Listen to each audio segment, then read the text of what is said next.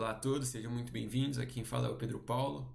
Hoje nós vamos tratar em mais uma aula de Direito e como vocês podem ver aí na imagem, é aquela aula que você cochilou, aquela aula que você não conseguiu prestar atenção, é a aula de História do Direito Penal. Inicialmente, né, por que é importante tratar da história do direito penal? Porque para a gente entender os dias atuais, o direito, como ele chegou a esse ponto, né, no ponto que nós nos encontramos, a gente tem que acompanhar a evolução dele, né? Desde as sociedades primitivas até o direito penal brasileiro, né? Entendeu esse nosso Código Penal aí do século XX, né? Então, vamos lá, né? Tratar primeiramente das sociedades primitivas. Nas sociedades primitivas, o direito penal ele era como manifestações divinas, né? Através de um totem, né? De um totem, de uma imagem, né? Dos deuses que eles ofereciam. Por exemplo, quando um determinado sujeito ia lá, praticava uma atrocidade, a sociedade tentava desagravar, né, como essa espécie, e oferecia para os deuses, né? Por exemplo, a sociedade lá primitiva, lá do tempo da pedra, o pessoal, né, punia e oferecia aos deuses como forma de desagravo para não sofrer as consequências. Depois a gente evolui para o direito penal mais religioso, né, que é um direito não era mais tanto retributivo, né, ele era baseado mais na intimidação. É, Aí a gente tem como exemplo os 5 livros do Egito, o livro das 5 penas na China, a Avesta na Pérsia, o Pentateuco em Israel e na Babilônia. Depois ele vai evoluir como vingança privada, né, do próprio grupo, por exemplo, tinham duas sociedades, né, e um sujeito de uma sociedade agredia sujeitos da outra, né, então havia muitas guerras, né, então, por exemplo, a vingança era do próprio grupo em si, que sofria o crime. Por exemplo, dentro da sociedade existiam vários grupos, né, e fora as outras sociedades, então era muito comum ter guerras, porque os grupos tentavam proteger os seus membros, né? E por vezes acontecia acidentes e geravam guerras, né? Então pequenas intrigas geravam guerras a todo momento. E depois evolui para a lei de Talião, né? No Código de Hammurabi, na Babilônia, no Êxodo, nos Hebreus, na lei das 12 tábuas para os romanos e aí sim, aí a vingança ele era do próprio indivíduo, continuava numa vingança privada, mas era do próprio indivíduo. Depois evoluiu para a composição, né, que daria dá origem à reparação no direito civil, né, na pecuniária, né, por exemplo, uma agressão podia ser sanada com dinheiro, né, e aí já começa a ter uma divisão entre direito público e direito privado, né, e então crimes contra os indivíduos era direito privado e crimes contra a ordem pública aí vinha ser tratado no direito público. E interessante que 20 anos antes de Cristo desaparece a vingança privada, então fica tudo concentrado na mão dos estados, né? O direito de punir, o ius puniendi, fica na mão dos estados. Se você assistiu já o filme Paixão de Cristo, você vai lembrar aí que o direito de punir fica na mão do procurador, né? Lá de Roma. Então, aí tratando da primeira sociedade, né, dos romanos, né? Então, a gente tem a afirmação do caráter público e social do direito penal, né? Então, concentrado sempre na mão dos imperadores, porque eles sabiam que era o certo e errado, né? A gente vê aí que acaba a vingança privada, né? Torna-se um direito público. O desenvolvimento da imputabilidade, da culpabilidade e dos excludentes, né? Então a gente já vê nas evoluções, já surgem alguns institutos aí que a gente vê que perduram até hoje, como a teoria da tentativa, né? Um crime tentado já começou a ser punido, o nexo causal, o caso fortuito, minoridade, entre outros institutos aí que foram criados no período romano, né? E a gente tem aí do outro lado o direito penal germânico, né, que é o direito consuetudinário, né? Então a gente vê que as leis não eram tão positivadas, né, como no direito penal romano. E mais tarde aí vai dar origem para common law, né, pro direito que não é positivado pelo entendimento do juiz, né, pelo consenso, né, pelo comum. E aí ele vem como direito como ordem de paz, né, e vem a autotutela. Aí no povo germânico acontecia também muitas vinganças, né? como era autotutela, mas é o Estado que promovia. O Estado pegava o agressor e dava à família da vítima, né? E esse era o modo com que se punia na época, né? E com a entrada da monarquia, né, depois do século XV, né, vem a composição pecuniária, né? Compositio pecuniária. E também, como apontado lá antes do período germânico, o pessoal pagava para poder se livrar das penas, né? Ou então compensava as penas pagando dinheiro, né? E depois evolui para a lei de talião. No direito penal canônico, né, que é o ordenamento jurídico da Igreja Católica Apostólica Romana, iniciou-se com um caráter disciplinar, né, como a aplicação dos livros lá do próprio Êxodo, onde ele tratava apenas dos sacerdotes, dos membros, né, da igreja, e depois foi evoluindo para os membros da igreja e para os fiéis também, e depois atinge os leigos também, né? Não só os leigos, como as pessoas que extrapolavam, que não eram, que mesmo os que não seguiam a igreja.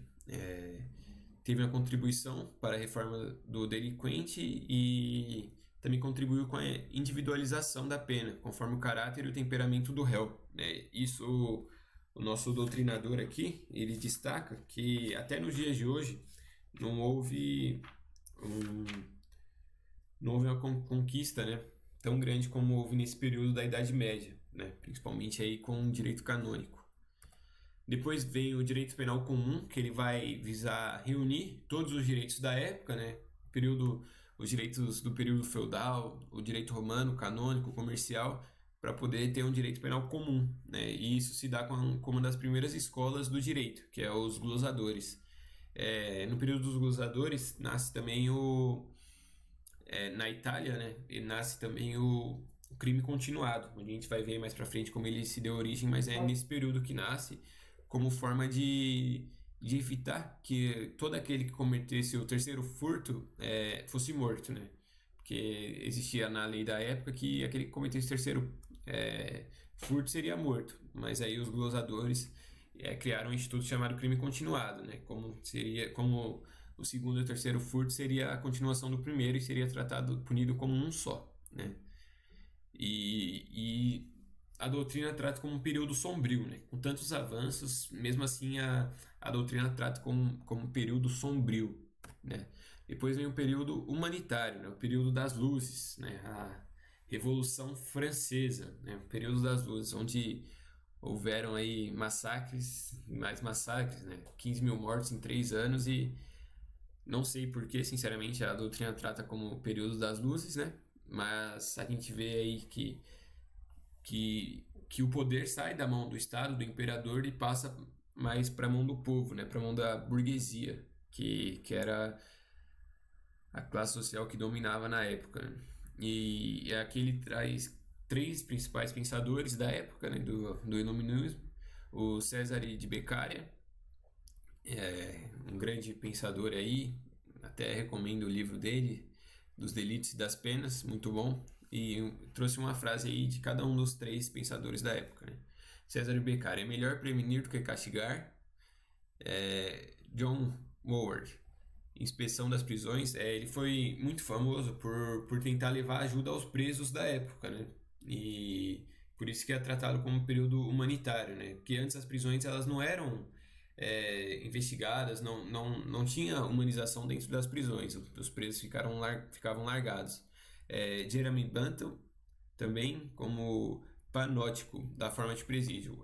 Panótico é um livro que ele escreveu da forma ideal das prisões, né? Onde a prisão devia ser um círculo e de lá de cima, um prédio com forma de círculo, e de lá de cima o diretor conseguiria ver pelo menos um terço da prisão, né?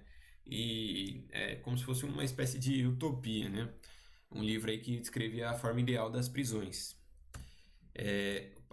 E depois a gente já vem para o direito penal brasileiro, né? Pós-Revolução Francesa e período colonial. Nos índios, né, antes da chegada dos portugueses, ou com as chegadas, foi descoberto que existia a vingança privada, né? como os povos lá mais primitivos, né? Era uma espécie de vingança privada, né? Com uma lei de talhão e principalmente dos grupos. E depois vem com o direito lusitano, uma espécie de catástrofe, né? Porque surgiu um neofeudalismo. Porque como é que acontecia, né? Chegaram os portugueses, a lei penal vigente que eles obedeciam era a lei lá de Portugal. Mas com a chegada deles foram surgindo aqui capitanias, né? Se você está lembrado, foram surgindo capitanias e dentro de cada capitania o proprietário da terra, eles que estabeleciam as leis. Então virou meio que com uma junção, uma bagunça de leis, porque em cada lugar seguia uma lei diferente e em todos os lugares obedeciam a lei de Portugal. Então foi um período aí catastrófico, né? Segundo a nossa doutrina. Depois veio com a Constituição Brasileira de 1824, né? Que durou 67 anos. Foi a que mais durou, né? E estabelecia que deveria ser criado o Código Criminal dentro da Constituição, como na nossa, né? Como na nossa falou que ia surgir aí, por exemplo, o Código do Direito do Consumidor, né? Na Constituição de 1824 teria que surgir o Código Criminal, antes seguia-se a lei de Portugal. Em 1830, finalmente, a gente tem o primeiro Código Autônomo da América Latina, o primeiro Código Penal, o Código Criminal do Brasil, né? E surgiu então aí em 1830. Se cair na sua questão, quando foi que surgiu o primeiro Código Penal brasileiro? Foi em 1830, né? Que foi oriundo da Constituição de 1824. Em 1832 surge o primeiro Código de Processo Penal e depois com o avanço, né, do período republicano, depois que o Brasil virou uma república, né, em 1890, né, já com a independência do Brasil, surgiu o primeiro Código Penal republicano, no período da República, e em 1940, né, após o Estado Novo, a Constituição de Getúlio, surgiu o primeiro código, o atual Código Penal, né, o Código Penal vigente. O Código Penal que está aí até hoje, né, de 1940, né, pasmem. E é isso aí, né? Espero ter sido claro, espero ter sido dinâmico, porque eu sei que realmente essa aula não é fácil. A gente tratou aí bastante temas, né? Dentro, claro, né? Dentro de cada civilização, cada sociedade, tem muito a ser explorado. São só mais visões gerais que a gente traz aí para poder. Porque ao decorrer das aulas, quando a gente for tratando dos direitos dos institutos criminais, a gente vai retomar, por exemplo, igual eu falei lá do crime continuado, em qual sociedade surgiu, qual tempo. Isso é mais para você se localizar mesmo dentro do direito penal e ter uma visão geral, assim, né? Então, muito obrigado, não se esqueça de inscrever-se, de deixar o seu like e ativar o sininho aí, porque aí toda semana a gente vai estar postando um vídeo aí sobre o direito penal, pelo menos da parte geral aí. Então, muito obrigado, fiquem com Deus e tchau, tchau.